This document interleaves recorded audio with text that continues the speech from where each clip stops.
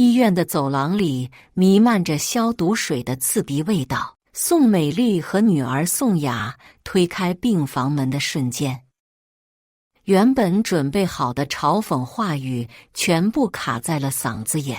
病床上的林小雨脸色苍白如纸，左臂打着石膏，额头缠着纱布，而床边坐着的竟然是他们最不愿意见到的人——林小雨的丈夫宋美丽的儿子宋建国。他正小心翼翼地给妻子喂水，眼中是从未有过的温柔。大家好，开始今天的分享之前，希望你能给人间烟火点个订阅，我将会分享更多优质的内容。3天前的那个雨夜，一切都还是另一个样子。宋美丽坐在客厅的沙发上，看着电视里播放的家庭伦理剧，心中的怒火越烧越旺。她58岁了，一辈子为这个家操碎了心，结果换来什么？一个不孝的儿媳，一个胳膊肘往外拐的儿子。妈，你又在生什么气？女儿宋雅从厨房端着切好的水果走出来，看到母亲阴沉的脸色，小心翼翼地问道。宋美丽冷哼一声，还能为了什么？还不是你那个好嫂子。宋雅放下果盘，在母亲身边坐下。她今年32岁，离婚3年，带着女儿回到娘家。对林小雨这个嫂子，她从心底里就看不顺眼。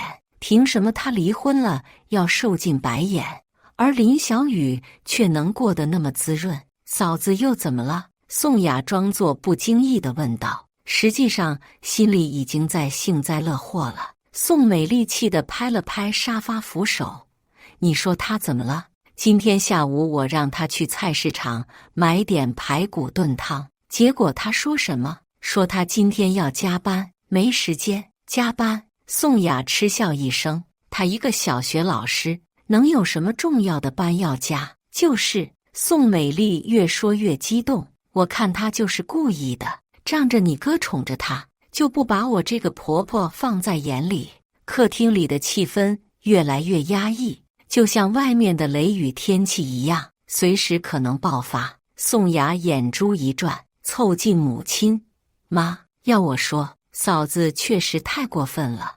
您辛辛苦苦把哥哥养大，他就应该好好孝敬您，可不是吗？宋美丽拍着大腿，当初我就不同意你哥娶她，一个农村出来的丫头，能有什么好教养？母女俩越说越来劲，仿佛林小雨就是他们生活中所有不如意的根源。窗外的雷声越来越响，雨水敲打着玻璃，发出急促的声音。就在这时，大门被钥匙打开的声音传来，林小雨拖着疲惫的身体走进门，头发有些湿润，显然是被雨淋了。他看到客厅里母女俩的表情，心中顿时涌起一阵不祥的预感。妈，雅雅，我回来了。林小雨勉强挤出一个笑容，想要缓解一下气氛，然而他得到的却是宋美丽冰冷的目光。回来了？你还知道回来？宋美丽站起身，居高临下地看着林小雨，我让你买排骨，你买了吗？林小雨愣了一下，今天学校开家长会，他忙到很晚才结束，确实忘记了这件事。妈，对不起，今天学校有事，我忘记了，明天我一定去买。明天？宋美丽的声音陡然提高，你知不知道我今天专门等着给你爸炖汤，他胃不好，医生说要多喝骨头汤。林小雨心中涌起一阵委屈，但还是耐着性子解释，妈，今天是家长会，我是班主任，不能缺席的。明天我买好排骨，亲自给爸炖汤。借口。宋雅在旁边插嘴，嫂子，您这工作态度确实有问题，家里的事情难道不重要吗？林小雨看向小姑子，眼中闪过一丝疲倦。这个家里，她已经忍了太久太久。林小雨默默地走向厨房，想要去准备晚饭，然而宋美丽却跟了上来，显然没有打算就此罢手。你别以为随便炒2个菜就完事了。宋美丽站在厨房门口，双手抱胸。我告诉你，林小雨，这个家里你得摆正自己的位置。林小雨停下手中的动作，转过身看着婆婆。她结婚5年了，这5年来，她一直在努力做一个好妻子、好儿媳，工作之余承担所有家务，从不抱怨。丈夫宋建国常年在外跑销售，家里的大小事务全落在她一个人身上。可是无论她怎么努力，在婆婆眼里，她永远都是那个不够好的外来媳妇。妈，我一直在努力适应这个家。林小雨的声音有些哽咽。今天真的是有重要的工作，不是我故意不买排骨。适应？宋美丽冷笑一声，5年了，你还在说适应？我看你就是不把这个家当回事。宋雅也走到厨房门口，看热闹不嫌事大。嫂子，您是不是觉得有了我哥撑腰，就可以为所欲为了？林小雨感觉胸口堵得慌，呼吸都有些困难。她想起刚结婚时的美好憧憬，想起宋建国当初的承诺，他说过会保护她，会让她在这个家里过得开心。可是现在他在哪里？我没有仗着建国。林小雨努力保持着冷静。我只是希望大家能够互相理解。理解？宋美丽的声音越来越尖锐。我理解你什么？理解你不孝顺，理解你不把婆婆放在眼里。厨房里的气氛剑拔弩张，就像一个即将爆炸的火药桶。林小雨攥紧了拳头，指甲深深地掐进掌心里。她告诉自己要忍耐，为了这个家，为了建国，她必须要忍耐。但是人的忍耐是有极限的。妈，我真的尽力了。林小雨的眼眶湿润了。我每天早上6点起床给大家做早饭，晚上下班后还要买菜做饭洗衣服。双休日我也没有休息过，都在收拾家务。我不知道您还要我怎么样，这些不都是你应该做的吗？宋雅在旁边冷冷地说道，谁让你嫁进我们家？既然嫁进来了，就得承担责任。林小雨看着这对母女，心中涌起一阵深深的悲哀。她突然明白，无论自己如何努力，在他们眼中，自己永远都是一个外人，一个可以随意欺负的外人。外面的雷声越来越大，闪电照亮了半边天空，就像此刻林小雨内心的翻涌一样。暴风雨即将来临。我确实嫁进了这个家，但我不是奴隶。林小雨终于忍不住了，声音有些颤抖。我也是一个人，也有自己的尊严。这句话彻底点燃了宋美丽心中的怒火。她从来没有被一个晚辈这样顶撞过，尤其是这个她从心底里瞧不起的儿媳妇。你说什么？你再说一遍。宋美丽的脸涨得通红，手指着林小雨，你一个外来的丫头，也敢跟我谈尊严？厨房里的对峙越来越激烈，空气仿佛都凝固了。林小雨看着指向自己的手指，5年来积压的委屈和愤怒终于爆发了。我是外来的，但我也是这个家的一份子。她的声音不再颤抖，反而带着一种决绝。5年来，我从来没有享受过一天安宁。无论我做什么，在您眼里都是错的。宋美丽没想到这个平时逆来顺受的儿媳妇居然敢反抗，顿时更加恼怒。你还敢顶嘴？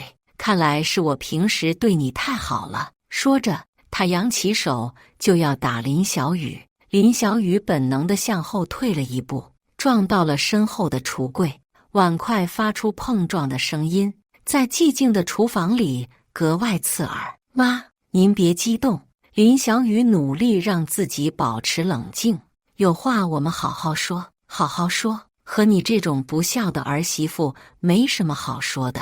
宋美丽的声音几乎是吼出来的。宋雅在旁边看着这一切，心中涌起一种复杂的快感。她一直嫉妒林小雨，嫉妒她有一个疼爱自己的丈夫，嫉妒她看起来完美的婚姻。现在看到嫂子的狼狈样子，她心中竟然有一种报复的满足感。嫂子，您这态度确实有问题。宋雅火上浇油，怎么能这样跟长辈说话？林小雨看向小姑子，眼中闪过一丝寒光。她终于明白，这对母女今天就是要找她的茬，无论她怎么做都是错的。雅雅，我一直把你当亲妹妹，从来没有亏待过你。林小雨的声音有些哽咽。你的女儿生病时，我连夜陪你们去医院；你找工作时，我托关系帮你介绍，这些你都忘了吗？宋雅的脸上闪过一丝不自然，但很快又恢复了冷漠。那些都是你应该做的，我们是一家人，不是吗？林小雨听到这话，心彻底凉了。原来在他们心中，自己的付出都是理所当然的，而他们的刁难却变成了天经地义。既然是一家人，为什么你们从来不把我当家人看待？林小雨的眼泪终于忍不住流了下来。为什么我做什么都是错的？因为你就是个外人。宋美丽终于说出了心里话，永远都是外人。这句话像一把刀子，狠狠地插进了林小雨的心里。她站在那里，泪水模糊了视线，整个人仿佛被掏空了一样。外面的雷声越来越响，雨水疯狂地拍打着窗户，就像此刻林小雨的心情一样，绝望而混乱。突然，她想起了什么，擦了擦眼泪，看着这对母女。既然我永远都是外人，那我又何必在这里受罪？说完，她转身就要离开厨房。然而，宋美丽却一把拉住了她的胳膊。你想跑，没那么容易。今天这事没完。林小雨挣脱着想要离开，但宋美丽的力气很大，紧紧抓着她不放。两个人在厨房里拉扯起来，碗筷掉了一地。宋雅也冲了上来，帮着母亲一起拉扯林小雨。放开我！你们这是做什么？林小雨拼命挣扎着，然而面对两个人的围攻，她根本无法脱身。更可怕的是，她看到宋美丽眼中的恶意，那种想要彻底摧毁她的恶意。厨房里的争斗越来越激烈，林小雨被两个人拉扯得踉踉跄跄，她的工作服被扯得皱巴巴的。你们放开我，这样下去会出事的！林小雨惊恐地喊道。然而，宋美丽和宋雅完全听不进去，他们的理智已经被愤怒完全吞噬了。今天我就要让你知道，在这个家里谁说了算。宋美丽用力一推，林小雨撞到了身后的橱柜角上，剧烈的疼痛让林小雨几乎站不稳。她扶着橱柜，感觉后背火辣辣的疼。妈，您别这样，会出事的。林小雨强忍着疼痛，试图劝说婆婆冷静下来。出事？你一个外来的丫头，也配让我们家出事？宋雅在旁边冷嘲热讽。嫂子，您还是认清现实吧。林小雨看着这个曾经叫她姐姐的小姑子，心中涌起一阵彻骨的寒意。她终于明白，在这个家里，她真的是一个人在战斗，没有人会帮她，没有人会保护她。就在这时，宋美丽又一次冲了上来，这次她手里还拿着一个玻璃杯。我今天就要好好教训教训你。林小雨看到那个玻璃杯，瞳孔瞬间放大。她意识到，如果不逃跑的话，今天可能真的会出大事。你们冷静一点，建国马上就回来了。她大声喊道，希望能够震慑住这对母女。然而，这句话不但没有让他们冷静，反而让他们更加疯狂。建国！宋美丽冷笑一声，你以为建国会帮你？你做梦！他是我儿子，永远都会站在我这边。说着，他举起玻璃杯就要砸向林小雨。林小雨吓得闭上了眼睛，本能地用手臂护住头部。然而预想中的疼痛没有到来，他睁开眼睛，看到宋雅拉住了母亲的手。妈，您别冲动，万一真的出事了，对我们也不好。宋雅表面上在劝阻，但眼中却闪烁着狡猾的光芒。宋美丽被女儿这么一说，稍微冷静了一些。她放下玻璃杯，但眼中的恶意丝毫没有减少。你说的对，不能便宜了她。宋美丽恶狠狠地看着林小姑，既然你不愿意好好做儿媳妇，那就别怪我不客气了。林小雨不明白她这话是什么意思，但心中涌起了更强烈的不安。她感觉这对母女可能要做什么更过分的事情。妈，雅雅，我们都是一家人，有什么话不能好好说？林小雨努力让自己的声音听起来平静一些。一家人？宋雅嗤笑一声，嫂子，您刚才可不是这么说的。您刚才不是说要离开这个家吗？林小雨这才意识到自己刚才气话被他们抓住了把柄。在农村出身的宋美丽眼中，儿媳妇说要离开这个家就是天大的忤逆。我刚才只是一时气话，我没有要离开的意思。林小雨急忙解释。气话？宋美丽冷冷地看着他，我看你是真心话。既然你想走，那我今天就成全你。说完，他给女儿使了个眼色。宋雅会意地点点头。两个人再次向林小雨包围过来。林小雨意识到情况不妙，急忙向门口跑去。然而宋雅早就预料到了这一点，她迅速堵住了门口，想跑没那么容易。林小雨被困在厨房里，进退两难。外面的雷声越来越大，雨水敲打玻璃的声音就像是死神的呼唤。他知道今晚可能真的要出大事了。客厅里的钟表滴答滴答地走着，每一秒都显得格外漫长。林小雨被困在厨房角落，宋美丽和宋雅堵住了所有的出路。她的心跳得很快，手心里全是汗水。你们想要怎么样？林小雨努力让自己保持镇定。建国很快就会回来的。建国？宋美丽冷笑一声，拿出手机看了看时间，现在才8点，他最早也要10点才能到家，我们有的是时间。林小雨的心沉了下去。确实，建国今天去外地谈业务，说好的要很晚才能回来，而这对母女显然早就计算好了这一切。雅雅，把门关上。宋美丽冷冷地吩咐道。宋雅顺从地关上了厨房门，并且还上了锁。整个厨房瞬间变得密闭压抑，只有头顶的日光灯发出昏暗的光芒。妈，雅雅，你们这是要做什么？林小雨的声音开始发抖。她意识到这对母女可能真的要对她做什么不可挽回的事情。做什么？宋美丽慢慢走向林小雨，眼中闪烁着危险的光芒。我要让你知道，在这个家里忤逆长辈的下场。说着，他从身后拿出了一根擀面杖，那是一根很粗很重的实木擀面杖，平时用来擀饺子皮的。林小雨看到这个东西，瞳孔瞬间放大。妈，您别冲动，这样做是犯法的。犯法？宋雅在旁边冷笑。嫂子，您是不是忘了，这里是我们自己家，家务事谁管得着？林小雨终于明白，这对母女早就计划好了一切。他们选择在建国不在家的时候动手，选择在密闭的厨房里动手，就是为了不被人发现。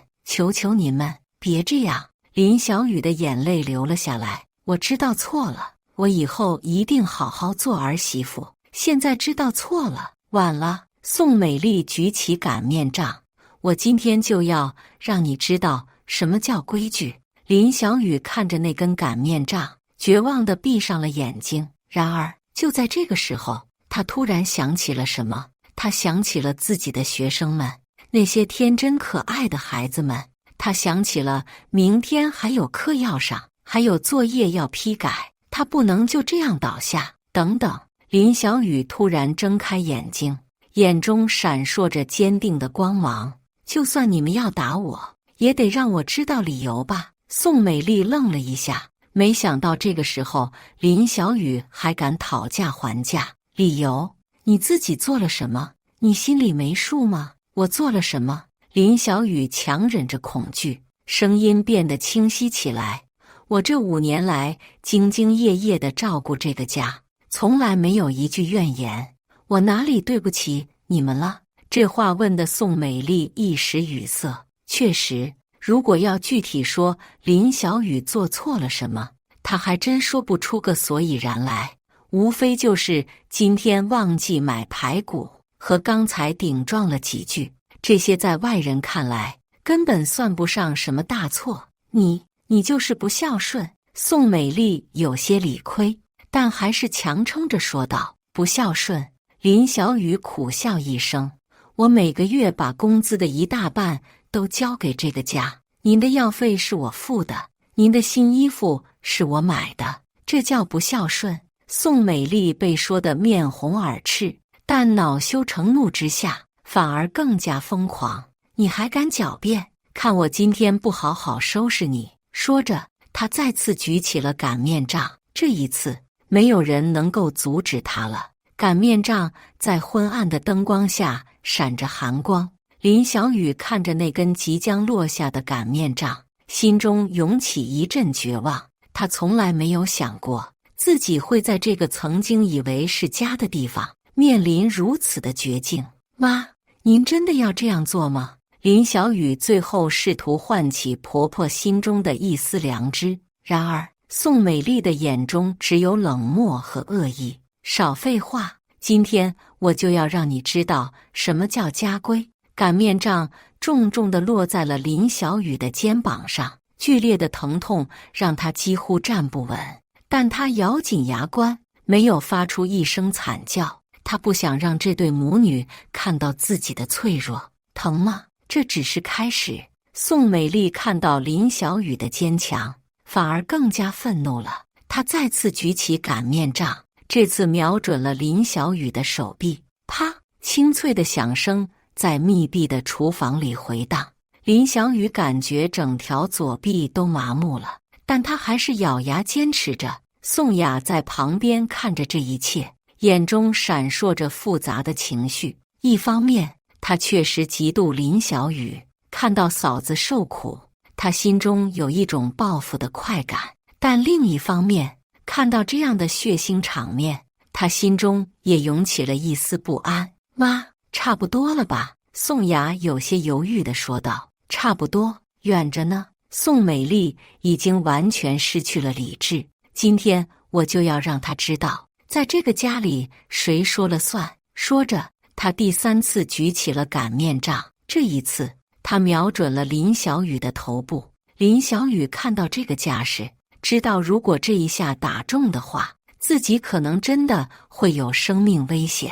她拼尽全力向旁边闪躲，擀面杖擦着她的太阳穴过去，重重地打在了墙上。你还敢躲？宋美丽更加疯狂了，她挥舞着擀面杖，像一个失控的疯子。林小雨在狭小的厨房里左躲右闪，身上很快就添了好几处伤痕。她的额头被碰破了，鲜血顺着脸颊流了下来，左臂也传来钻心的疼痛，可能已经骨折了。求求您，别打了！林小雨终于忍不住哭了出来。然而，她的眼泪不但没有唤起宋美丽的同情，反而让这个已经失去理智的女人更加兴奋。哭？现在知道哭了，早干什么去了？宋美丽最后一次举起擀面杖，这次她用尽了全身的力气，擀面杖重重地砸在了林小雨的左臂上。咔嚓！清脆的骨头断裂声在厨房里响起。林小雨终于忍不住发出了一声惨叫，然后重重地倒在了地上。她的左臂呈现出一个诡异的角度，显然是严重骨折了。鲜血从额头的伤口不断流出，很快就染红了地面。宋美丽看着倒在地上的林小雨，心中的怒火终于得到了发泄。她扔掉手中的擀面杖，长长的出了一口气。这就是忤逆长辈的下场，她冷冷地说道。宋雅看着地上血泊中的林小雨，脸色突然变得苍白。刚才在愤怒中，她只顾着看热闹，没有意识到事情会发展到这个地步。现在看到嫂子奄奄一息地躺在地上，她心中涌起了深深的恐惧。妈，她不会有事吧？宋雅声音发颤地问道。宋美丽也意识到自己可能下手太重了，她蹲下身，伸手探了探林小雨的鼻息，发现还有微弱的呼吸，这才松了一口气。死不了，只是晕过去了。宋美丽强装镇定地说道，但声音中也带着一丝不安。那我们现在怎么办？宋雅急切地问道。万一他醒来告发我们怎么办？宋美丽眼珠一转，心中涌起了一个恶毒的想法。告发？他敢吗？宋美丽冷笑一声，我们就说他是自己摔倒的，反正这厨房里只有我们3个人，她一个外来的丫头，谁会信她的话？宋雅听了这话，心中稍微安定了一些。确实，在这个家里，他们母女的话语权要比林小雨强得多。那建国那边怎么说？建国？宋美丽眼中闪过一丝狡黠。建国最孝顺了，只要我说他不孝顺，他肯定会站在我这边。母女俩商量着如何掩盖真相，完全没有一丝悔意。在他们心中，林小雨就是一个外来的媳妇，受点委屈是理所应当的。就在这时，林小雨微弱地呻吟了一声，似乎要醒过来了。宋美丽和宋雅赶紧停止了交谈，紧张地看着地上的人。林小雨缓缓睁开眼睛，映入眼帘的是厨房昏暗的天花板，剧烈的疼痛从左臂传来，让她瞬间回忆起刚才发生的一切。她试图坐起身来，但左臂的剧痛让她根本无法动弹。醒了，宋美丽居高临下地看着她，语气中带着威胁。记住，刚才的事情是你自己摔倒的，明白吗？林小雨看着这对母女冷漠的表情，心中涌起一阵彻骨的寒意。她终于明白，在这个家里再也没有她的容身之地了。3天后的下午，阳光透过医院的百叶窗洒在病房里。林小雨躺在病床上，左臂打着石膏，额头缠着纱布。医生说他的左臂骨折很严重，需要住院观察1周。更让他担心的是，脑部的撞击可能会留下后遗症。检查结果怎么样？坐在床边的宋建国关切地问道。他3天前赶回家时，看到的就是妻子躺在厨房血泊中的惨状。当时他几乎吓疯了，立刻把林小雨送到了医院。医生说还需要再观察几天。林小雨的声音很虚弱，眼神中带着一种说不出的疲惫。宋建国握住妻子的右手，眼中满含愧疚。都是我不好，我不应该留你一个人在家。林小雨看着丈夫真诚的表情，心中涌起一阵复杂的情绪。她想要告诉他真相，想要让他知道是谁把他伤成这样的。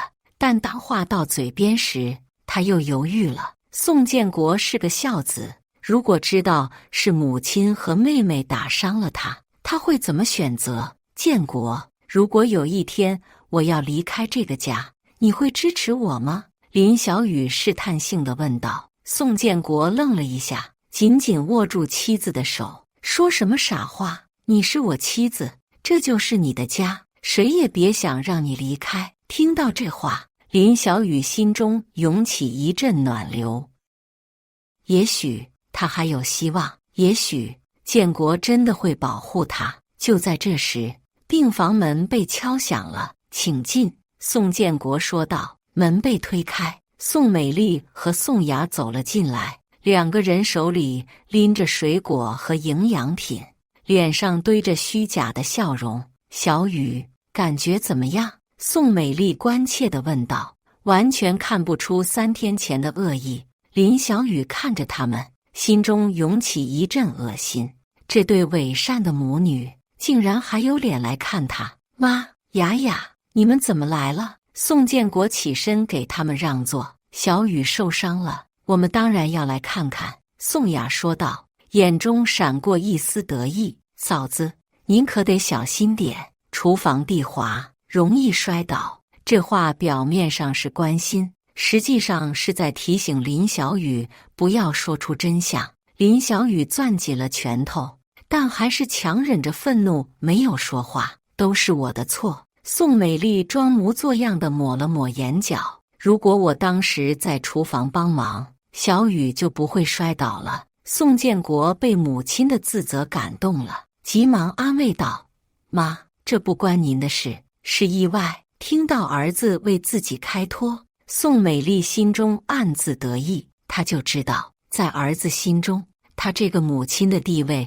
是无法撼动的。不过，宋美丽装作不经意地说道：小雨最近是不是工作压力太大了？感觉他精神状态不太好。什么意思？宋建国不明白母亲为什么这样说，就是感觉他有些恍惚。宋雅在旁边附和：前几天我们在厨房聊天，他突然就发脾气了，可能是工作太累了。林小雨听着这对母女颠倒黑白，心中的愤怒几乎要爆发了，但他强忍着，因为他知道，在没有证据的情况下，说出真相只会让自己更加孤立无援，是吗？宋建国担心地看着妻子：小雨，你是不是压力太大了？要不然你请几天假，好好休息一下。林小雨看着丈夫关切的眼神，心中涌起一阵苦涩。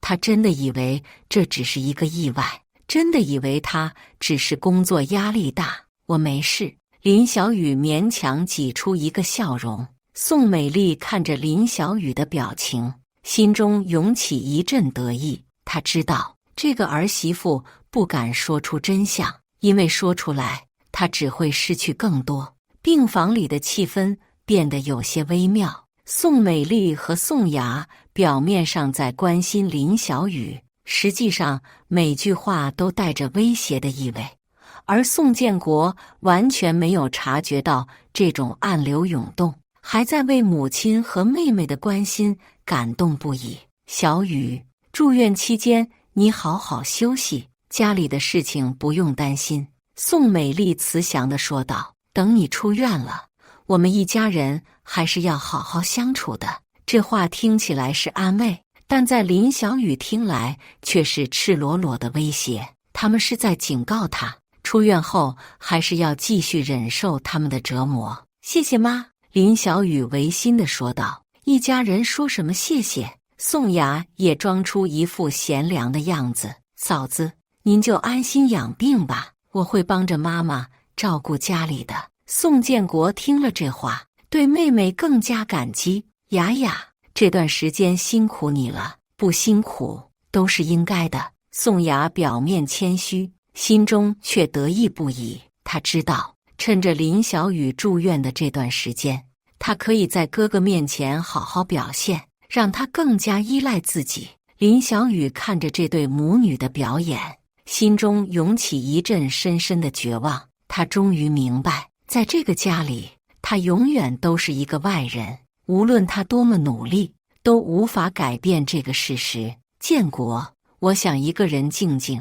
林小雨疲惫地说道。宋建国以为妻子是因为身体不舒服，急忙说道：好，你休息，我们先回去了。小雨，你好好养病，有什么需要就给我们打电话。宋美丽假惺惺地关心道。等到3个人都离开后，病房里终于安静了下来。林小雨看着天花板，眼泪无声地流了下来。她想起了自己的父母，想起了那个贫穷但温暖的家。如果父母还在世，他绝对不会忍受这样的屈辱。可是现在他已经无路可退了。就在这时，他的手机响了起来，是学校的同事李美玲打来的。小雨，你怎么样？听说你受伤住院了。电话里传来关切的声音。我没事，就是不小心摔了一下。林小雨努力让自己的声音听起来正常一些。摔一下能摔成这样？我听说你住院了。李美玲显然不太相信这个说法，真的只是意外。林小雨不想让同事担心，更不想让学校的人知道她的家庭状况。小雨，我们认识这么多年了，你有什么事情可以跟我说？李美玲的语气很认真。如果有人欺负你，你一定要说出来，在这个世界上，至少还有人关心她。美玲，如果，我是说如果。林小雨犹豫了一下，如果有一天我离开这个城市，你会支持我吗？电话那头沉默了一会儿，然后传来坚定的声音：小雨，无论你做什么决定，我都会支持你。但是你要记住，你不是一个人在战斗。挂了电话，林小雨心中涌起了一种前所未有的勇气。也许是时候为自己的人生做一个决定了。她不能再这样忍受下去，不能再让那对母女践踏自己的尊严。就在这时，病房门再次被推开了。林小雨以为是护士，头也没回地说道：现在不需要换药。然而回应他的却是一个熟悉的声音：小雨，是我。林小雨猛地转头，看到门口站着的竟然是宋建国，而他的身后还跟着宋美丽和宋雅。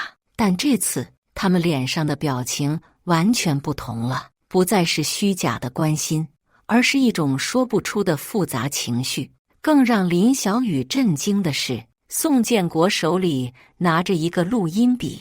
病房里的空气仿佛瞬间凝固了。林小雨看着宋建国手中的录音笔，心中涌起一阵不祥的预感。建国，你这是什么意思？宋建国的脸色很难看，眼中闪烁着复杂的情绪，有愤怒，有失望，也有深深的痛苦。小雨，我想听听你的解释。他的声音有些颤抖。关于你受伤的真相。他看向站在门口的宋美丽和宋雅，发现他们的脸色都很苍白，眼中满是恐惧。你们跟他说了？林小雨难以置信地问道。不是他们说的。宋建国举起手中的录音笔，是这个。原来3天前，宋建国赶回家时，发现厨房里除了血迹，还有一个掉在角落里的录音笔。那是林小雨平时上课用的，用来录制教学内容的。没想到那天晚上，他意外地录下了厨房里发生的一切。录音笔从争吵开始录制，一直到林小雨被打倒在地，那些恶毒的话语，那些打击的声音，都被清清楚楚地记录了下来。宋建国回家后收拾厨房时发现了这个录音笔。但当时他忙着照顾妻子，没有时间听。直到今天，他才有机会听完整段录音。听完之后，他几乎不敢相信自己的耳朵。他无法想象自己最亲近的母亲和妹妹会对妻子做出如此残忍的事情。妈，雅雅。宋建国转身看着他们，声音中带着深深的失望。你们为什么要这样做？宋美丽和宋雅面面相觑，都不知道该如何回答。事到如今，再狡辩也没有用了，录音就是最好的证据。建国，你听我解释。宋美丽试图为自己开脱，是她先顶撞我的，我只是一时气愤。一时气愤。宋建国打断了母亲的话，你们差点把他打死，这叫一时气愤。宋美丽被儿子的话镇住了，她从来没有见过宋建国这样愤怒过，从来没有见过他这样对自己说话。建国，我是你妈。宋美丽声音有些发抖。难道为了一个外人，你要跟我翻脸？外人！宋建国的声音变得冰冷。她是我的妻子，是这个家的一份子，在我心中，她绝不是外人。听到这话，林小雨的眼泪终于忍不住流了下来。这是她结婚5年来第一次听到丈夫如此坚定地维护她。哥，你别这样。宋雅努力想要挽回局面。我们也没想到会这么严重，我们只是什么？宋建国冷冷地看着妹妹，只是想教训她，只是想让她知道谁是这个家的主人。宋雅被哥哥的眼神吓到了，说不出话来。她从来没有见过哥哥这样的表情，冷漠的让她感到害怕。建国，你冷静一点。宋美丽试图控制局面，事情已经发生了，我们还是一家人，不能因为这点事就这点事。宋建国的声音陡然提高：妈，您知道您在说什么吗？您差点杀了我的妻子。宋美丽被儿子的话震得说不出话来。她之前以为无论发生什么，儿子都会站在她这边，她万万没想到，当真相暴露后，儿子会如此坚决地选择妻子。建国，林小雨虚弱地叫了一声：小雨，对不起。宋建国走到床边，紧紧握住妻子的手：都是我的错，我没有保护好你，不是你的错。林小雨摇摇头，眼中满含泪水：你已经做得很好了，从今往后，我不会再让任何人伤害你。宋建国的声音坚定而有力：包括我的家人。听到这话，宋美丽和宋雅都愣住了，他们没想到事情会发展到这个地步。建国，你要怎么做？宋美丽试探性地问道。宋建国转身看着母亲和妹妹，眼中没有一丝温情。首先，你们要向小雨道歉，真心实意的道歉，然后你们要搬出去，我会给你们另外租房子，但不能再和我们住在一起。最后，如果小雨要报警的话，我不会阻止。这3个条件让宋美丽和宋雅彻底傻眼了，他们没想到温和孝顺的宋建国会如此决绝。建国，我们是一家人啊！宋美丽哭了出来，你不能为了一个女人就不要妈妈了。妈，是您先不要儿媳妇的。宋建国的声音很平静，但其中蕴含的决心却让人不容置疑。我给您选择的机会，要么按我说的做，要么我们从此断绝关系。最终，面对儿子的坚决态度，宋美丽和宋雅选择了妥协。他们含泪向林小雨道歉，并答应搬出去住。半个月后，林小雨出院回家，家里只有他和宋建国2个人。那种久违的宁静让他感到无比珍贵。后悔吗？林小雨看着正在厨房忙碌的丈夫问道。后悔什么？宋建国回过头，眼中满含深情。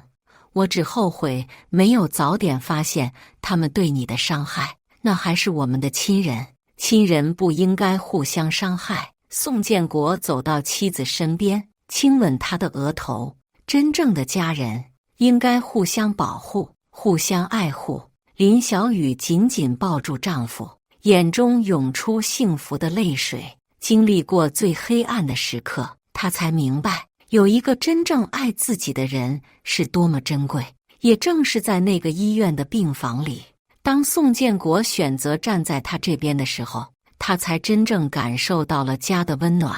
有时候，家庭的重建需要勇气，需要有人愿意为了真正的爱而做出艰难的选择。而宋建国就是那个愿意为了妻子而重新定义家的男人。从那以后，他们的小家变得真正温暖起来，没有了争吵，没有了冷漠，只有2个相爱的人在共同经营着属于他们的幸福。真正的家庭从不是以血缘为唯一纽带，而是以爱与尊重为基石。当黑暗退去，有人愿意为你挺身而出，守护你的尊严与幸福。这份勇气与坚定终将让破碎的裂痕愈合成爱的纹路。